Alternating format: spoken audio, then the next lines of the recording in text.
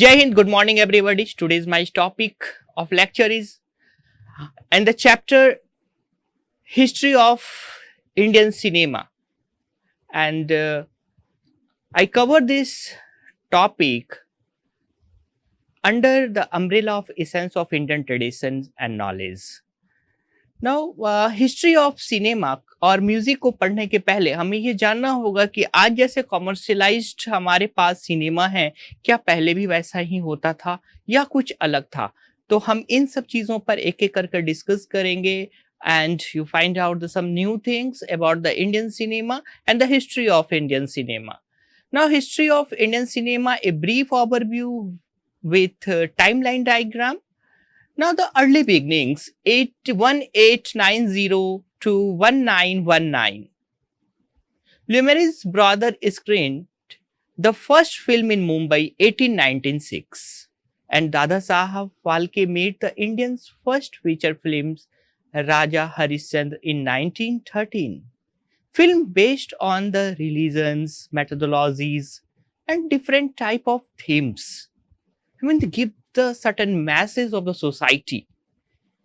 तो जो पहला स्क्रीन फिल्म शुरुआत हुई वो 1896 ईस्वी में मुंबई में इसकी शुरुआत की गई और उसके बाद 1913 में 1913 में दादा साहेब फाल्के ने इंडिया में फर्स्ट फीचर फिल्म राजा हरिश्चंद्र बनाया. और ये फिल्म जो थी, ये जो फिल्म पहले बनाई जाती थी, ये पूरे मेथोडोलॉजी पे आधारित फिल्म होती थी, जिसमें कुछ थीम्स होते थे, कुछ ऐसे थीम्स जो हमारे चीज़ों को, हमारे जो परिप्रेक्ष्य, जो हमारे ग्रंथ हैं, जो हमारी मेथोडोलॉजीज़ हैं, जो हमारे रिलीजन्स हैं, उन पर वो बेस्ड होती थी. वो कहानियाँ उन्हीं चीज़ों को दर्शाती थी और फिर उन्हीं कहानियों को आधार बनाकर फिल्मों का चित्रांकन किया जाता था, फिल्मों का निर्माण किया जाता था. साइलेंट फिल्म एरा जो था वो 1913 से 1931 तक चला, जिसमें कि कोई डायलॉग नहीं होता था. साइलेंट फिल्म मतलब कि बोलना नहीं है, बिना बोले ही अपने एक्सप्रेशंस, अपने थॉट, अपनी चीज़ों को बताना है with the help of acting. और सिनेमा भी हर जगह पर नहीं चलती थी. कुछ मेजर सिटीज़ थे जैसे मुंबई, कलकत्ता, चेन्नई, यहाँ पर ये चीज़ें ज़्यादा पॉपुलर थी. वहाँ पर चीज़ों को उस समय दिखाया जाता था, शो ऑफ किया जाता था. और ये जो फ़िल्म थी, जो popular films that time is Lanka दहन, कालियामर्दन जैसी फ़िल्में बनाई गई, जिसमें एक चीज़ सबसे इम्पॉर्टेंट जो है वो जानने के लिए वो है कि उस टाइम के फ़िल्मों में सबसे इम्पॉर्टेंट चीज़ ये होता था कि विदाउट डायलॉग जो एक्टर थे वो एक्टिंग करते थे, अपने एक्सप्रेशन के थ्रू अपनी चीज़ों को सोसाइटी तक, लोगों तक पहुंचाने का काम करते थे और उनके साथ कनेक्टिविटी एस्टैब्लिशमेंट करने का काम करते थे. तो पहली फिल्म जो है अर्ली बिगिनिंग्स की जो शुरुआत हमने बताई वो 1890 से 1919 तक थी, जिसमें सबसे ज़्यादा जो नाम हमें सुनने को मिलता है वो है दादा साहेब फाल्के का, जिन्होंने इंडियन सिनेमा की नींव भारत में रखी. और जो पहली फिल्म थी वो राजा हरिश्चंद्र के नाम से रिलीज हुई 1913 में. और ये जो फिल्म बनी राजा हरिश्चंद्र, ये मैथोलॉजी बेस्ड फिल्म थी. उसके बाद साइलेंट फिल्म एरा का जो समय दिया जाता है वो 1930 से 31 तक दिया जाता है, जिसमें हमें ध्यान में रखना होता है, ध्यान रखना चाहिए कि उस समय 3 जगह पर ये चीज़ें रिलीज होती थी, जिसमें मुंबई, कलकत्ता एंड चेन्नई का नाम आता है.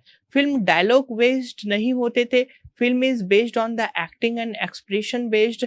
और that time the popular film the name is Lanka Dahan and काल्या मर्दन नाम से फिल्म को रिलीज किया गया. उसके बाद जब ये एरास 1931 का एरास खत्म होता है तो एक टॉकीज एरा की नई शुरुआत होती है और ये शुरुआत होती है 1931 टू 1947. इसमें एक इम्पॉर्टेंट जो फिल्म दर्शाया गया सोसाइटिकल इम्पैक्ट और पेट्रिज्म्स को लेकर, देशभक्ति को लेकर जो फिल्म बनी वो फिल्म थी, उस समय जो फिल्म बनाई जाती थी उसमें सबसे ऊपर नाम आता है आलम आरा का, was the first talkie film. Talkies में रील्स रिलीज़ होता था, छोटे-छोटे रील्स के थ्रूज़ उसको चलाया जाता था और फिर उसमें लेकिन पहले जो साइलेंट फ़िल्म होती थी, अब साइलेंट ना होकर वहाँ पर डायलॉग डिलीवरी शुरू हुई। तो Alam Ara 1931 the first Indian talkies film, songs and dialogue become the integral to the film and films began addressing the social issues and patriotisms.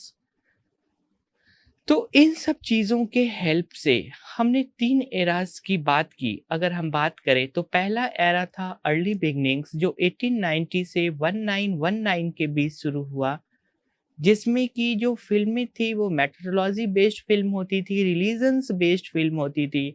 दूसरी फ़िल्म आई हमारी ना दूसरा एरा शुरू हुआ 1930 इन से 1931 के बीच, जिसमें कि डायलॉग बेस्ड, एक्टिंग बेस्ड और एक्सपेरेंसिव बेस्ड चीज़ों को वहाँ पर दिखाया गया और मेजर सेंटर्स जो थे उस समय फ़िल्म दिखाने के वो मुंबई, कलकत्ता एंड चेन्नई थे। एंड द पॉपुलर फ़िल्म्स मैंने पहले भी डिस्कस किया, एक लंका दहन और काल्या मर्दन नाम की ये फ़िल्म बनाई गई।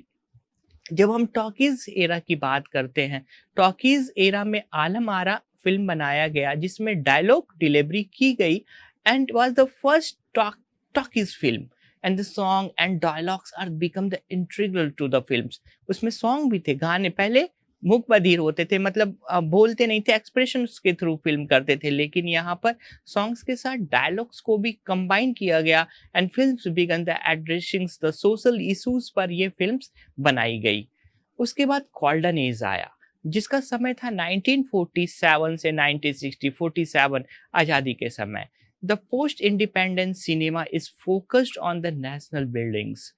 इंटरनेशनल्स एलिकम्स सत्यजीत रेज़ ने पाथिर पंचाली नाम की मूवी बनाई और ये जो था ये आज़ादी के समय की ये फ़िल्म थी और जनरली जो ये फ़िल्म बनाई जाती थी, इसमें देशभक्ति की चीज़ों को ज़्यादा समराइज़्ड किया जाता था, ज़्यादा बताया जाता था, जिससे कि लोगों में देश के प्रति अच्छी भावना पैदा हो और देश के प्रति प्यार बढ़े।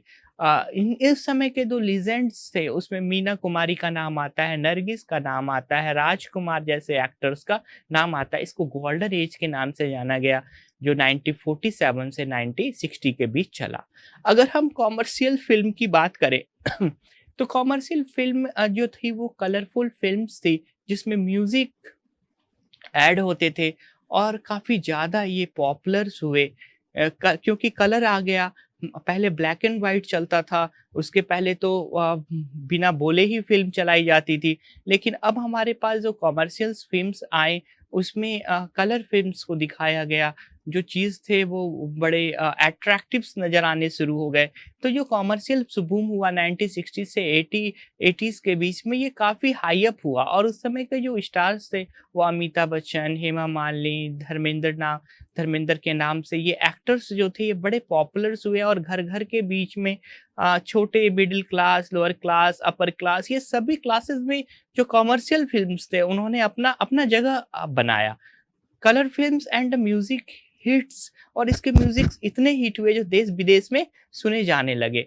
एक्टिंग, रोमांस, रोमांटिक कई सारी चीज़ लेकर ये कमर्शियल फ़िल्म्स मार्केट में आई। ट्रांज़िशंस एराज़ में जो टीवी एंड द वीडियो इसका जो टाइम है वो 1980 से 2000s के बीच में है। TV and the video technology changed viewing in the habits, families, dramas and romance is dominated. Superstar Shahrukh Khan, Aamir Khan, Salman Khan जैसे एक्टर्स इसमें उन्होंने काम किया और ये एक व्यूइंग हैबिट्स इस तरह के एक्शन से भरपूर की फ़िल्में रिलीज़ होने लगी, जिसमें कई सारे ट्रांजिशंस इफ़ेक्ट्स लगाए जाते थे। शूटिंग एक कमरे के अंदर एक छोटे से रूम के अंदर होता है, लेकिन ऐसा मतलब इस तरह से लगता है कि बहुत बड़े-बड़े प्लेसेस में शूट्स हो रहा है, काफ़ी सारी चीज़ों के साथ शूट्स हो रहा है, लेकिन कमरा एक छोटा है, छोटी-सी जगह है, वहाँ पर शूटिंग हो रही है। तो ट्रांजिशंस जो एराज़ है, उसका टाइम 1980 से 2000 के बीच में रहा। उसके बाद कंटेम्परेरी एरा आया 2000 से अभी तक चल रहा है, इस पे डिजिटल रिवॉल्यूशंस हुए, मल्टीप्लेक्स कल्चर्स राइज़ हुआ, ओटीटी प्लेटफ़ॉर्म्स लाइक नेटफ्लिक्स जैसी चीज़ें आई और कंटेंट और इसमें वुमेन सेंट्रिक फ़िल्म्स भी बनाए गए, जिससे कि लोगों में जागृति, लोगों का ध्यान आकर्षण किया गया। वो इश्यूज़ पर बात की गई, जिस पर आज तक कभी बात नहीं हो पाई थी। तो कंटेम्प्रेरी एरा में काफ़ी अच्छी-अच्छी मूवीज़ आई। इसमें डिजिटल रिवॉल्यूशंस हुआ, मल्टीप्लेक्स कल्चर इसमें डेवलप्ड हुआ। और की फीचर्स जो इंडियन सिनेमा की बात करें तो वर्ल्ड की लार्जेस्ट फ़िल्म प्रोड्यूसिंग कंट्री है हमारी India. Bollywood and the vibrant regional cinemas reflecting the Indians cultural diversities and values को बताता है। अलग-अलग भारत अपनी विविधताओं के लिए जाना जाता है और यहाँ की फ़िल्म भी यहाँ की विविधताओं के लिए जानी जाती है। हमने बात जो की है early beginning, silent era, talkies era, golden commercial and transitions era के बारे में हमने बात की। तो ये है हमारे पास ये पूरी जो है ये फ़िल्म की हिस्ट्री अर्ली बिगिनिंग से शुरू होती है, फिर साइलेंट एराज़ पे आती है, टॉकीज़ एरा पे आती है, गोल्डन एज पर आती है, कमर्शियल आती है, ट्रांजिशंस एरा और कंटेम्परेरी एरा होते हुए और ये चीज़ एंडिंग पर अभी प्रेज़ेंटली ये चलती जा रही है, जिसमें ओटीटी प्लेटफ़ॉर्म्स अभी बूम पर है। नाउ अब हम इंडियन म्यूज़िक्स की बात करते हैं, history of Indian music. Music हमारे कल्चर में, हमारे सोसाइटी में इट द सोल कहा जाता है इसको कि अगर आपको कोई प्रॉब्लम्स है, परेशानी है, तो आप इंडियन म्यूज़िक सुनकर अपनी चीज़ों को हील कर सकते हैं, शांत कर सकते हैं। तो इसका जो अगर हम हिस्ट्री पर ध्यान दें, तो वैदिक पीरियड 1500 बीसीई से 500 बीसीई के बीच हमारा जो म्यूज़िक है वो उसकी शुरुआत हो चुकी थी। Origins of the music stress the Vedas. Samveda contains reference to the methodology and rhythm. Music was used in the religious rituals as like यज्ञ। हम जनरली अगर हम वैदिक पीरियड्स की बात करें, म्यूज़िक की बात करें तो इसकी शुरुआत वेदास में वेदास के जो मंत्र हैं जब उनको यज्ञ के रूप में जब उन मंत्रों को पढ़ा जाता था तो जो उनकी रिदम होती थी, वो रिदम जो मेंटेन की जाती थी, वो किस तरह की होती थी? वो रिदम मेंटेन जो होती थी, वो होती थी म्यूज़िक के फॉर्म्स में, म्यूज़िक के रूप में उस चीज़ों को प्रेज़ेंट किया जाता था, उस चीज़ों को डिलीवर्स किया जाता था और ये जनरली ये रिचुअल्स जो हैं जो रिलीजियस रिचुअल्स में हम इन चीज़ों को यूज़ करते थे। उसके बाद एनिशिएंट पीरियड्स में जो है हमारे पास 500 बीसी से 500 बीसी 500 सीई तक है। इसमें भी काफ़ी सारे मुनि हैं जिन्होंने कि म्यूज़िक के ऊपर अपना काम किया और फिर उन्होंने स्केल्स, नोड, रिदम इन चीज़ों के बारे में जानकारी दी। उसके बाद अगर हम मिडेवल पीरियड्स की बात करें तो ये जो हमारे इंडियन म्यूज़िक है उनको हमने 2 कैटेगरीज़ में डिवाइड कर दिया। एक हमारे पास हिंदुस्तानी क्लासिकल म्यूज़िक है ना? और जो नॉर्थ इंडियन मतलब हिंदुस्तानी म्यूज़िक को 2 कैटेगरीज़ में हमने नॉर्थ और साउथ सेंट्रिक स्टाइल्स में इसको हमने डिवाइड किया है। जिसमें हमारे पास ख़्याल है, ठुमरी, ध्रुपद ये सब चीज़ें जो है वो मतलब एसेंस हैं, अलग-अलग तरह के गायन की पद्धति है जो हम 2 सेगमेंट्स में इसको हम लोग डिवाइड कर देते हैं। एक नॉर्थ, दूसरा साउथ। इसमें भी इस चीज़ों में अगर हम म्यूज़िक्स की बात करें, मेडाइवल पीरियड्स की बात करें, तो उस समय म्यूज़िक्स जो था उसके कुछ अपने नोट्स थे। नॉर्थ के अपने नोट्स होते हैं, गाने का अपना तरीका है और जो साउदर्न पार्ट हैं, उनके जो गायन की पद्धति है, उनकी जो म्यूज़िक करने की है, it's a totally different. Now, the modern period is 1700 CE to present development of gharanas and institutional learnings, rising of the folk music and Indian film music.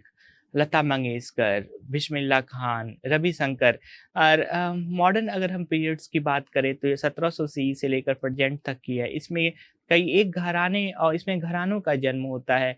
घराने के हिसाब से लोग अपनी गायन पद्धति को प्रेज़ेंट करते हैं। और इंडियन फ़िल्म में फ़ोक म्यूज़िक ने अपना एक अलग ही योगदान दिया है। अगर हम इन गायन के लिए अगर हम नाम जानें तो लता मंगेशकर है, बिस्मिल्लाह खान है, रविशंकर जैसे गायक हैं, जिन्होंने कि अपनी गायकी से भारतीय म्यूज़िक को पूरे वर्ल्ड में प्रेज़ेंट किया है। और कंटेम्प्रेरी एराज में ग्लोबल रिकॉग्नाइजेशन इंडियन म्यूजिक को मिला, फ्यूजन एंड डिजिटल इन्फ्लुएंसेस हुए and social media enabling worldwide to reach. It means जो कंटेम्प्रेरी एरा है उसमें हमें ग्लोबल रीच मिला इंडियन म्यूजिक को। इंडियन म्यूजिक में फ्यूजन्स थे, डिजिटल मतलब अगर हम कहें तो उसमें एक इन्फ्लुएंस की एक बेहतरीन ताकत है, जिससे कि लोग हमारे कल्चर्स को समझ पाए, हमारे चीज़ों को समझ पाए with the help of the music. और आज के समय में सोशल मीडियाज़ के दौर में हमारी म्यूज़िक वर्ल्ड वाइड फेमस हो रही है, लोग उसे पसंद कर रहे हैं और सुनते हैं, गुनगुनाते हैं और अपने को हील भी करने का काम करते हैं। इंडियन म्यूज़िक कंक्लूजन्स में है, Indian music is a rich continuous traditions. It reflects the soul of the Indian culture. Continues continuity में इसके इवोल्यूशंस जो हैं वो होते आ रहे हैं। तो अगर हम इंडियन म्यूज़िक की बात करें तो इंडियन म्यूज़िक अपने आप में एक बेहतरीन म्यूज़िक है, जिसने ना सिर्फ़ भारत में अपना नाम किया बल्कि विश्व मानस पटल पर लोग इनको सुनते हैं। इस पर इनको सिर्फ़ सुनते ही नहीं, अगर उनको कोई प्रॉब्लम्स है, किसी तरह के वो प्रॉब्लम्स को फ़ेस कर रहे हैं, तो सुनकर उन प्रॉब्लम्स से को वो हील करने का भी काम करते हैं। तो अगर हम इनकी टाइमलाइन्स को देखें तो वैदिक, एनिशिएंट, मिडाइवल्स, मॉडर्न एंड कंटेम्परेरी एराज़, इन एराज़ में हमने म्यूज़िक्स को, इंडियन म्यूज़िक्स को डिवाइड किया है और with the help of these eras हमारा म्यूज़िक जो है वो एक जगह से, एक तरह से दूसरे जगह, दूसरे से तीसरे, तीसरे से चौथे चीज़ों में शिफ्ट होता गया और आज आप म्यूज़िक सुन रहे हैं। और इसी म्यूज़िक के हेल्प से एक बहुत बड़ी इंडस्ट्री, जो मैंने पहले डिस्कस किया था कि जो हमारी बॉलीवुड, जो हमारी फ़िल्म इंडस्ट्री है, वो पूरे वर्ल्ड वाइड अपना नाम कमा रही है। तो thank you. Next time I will deliver the next topic lecture. So thank you.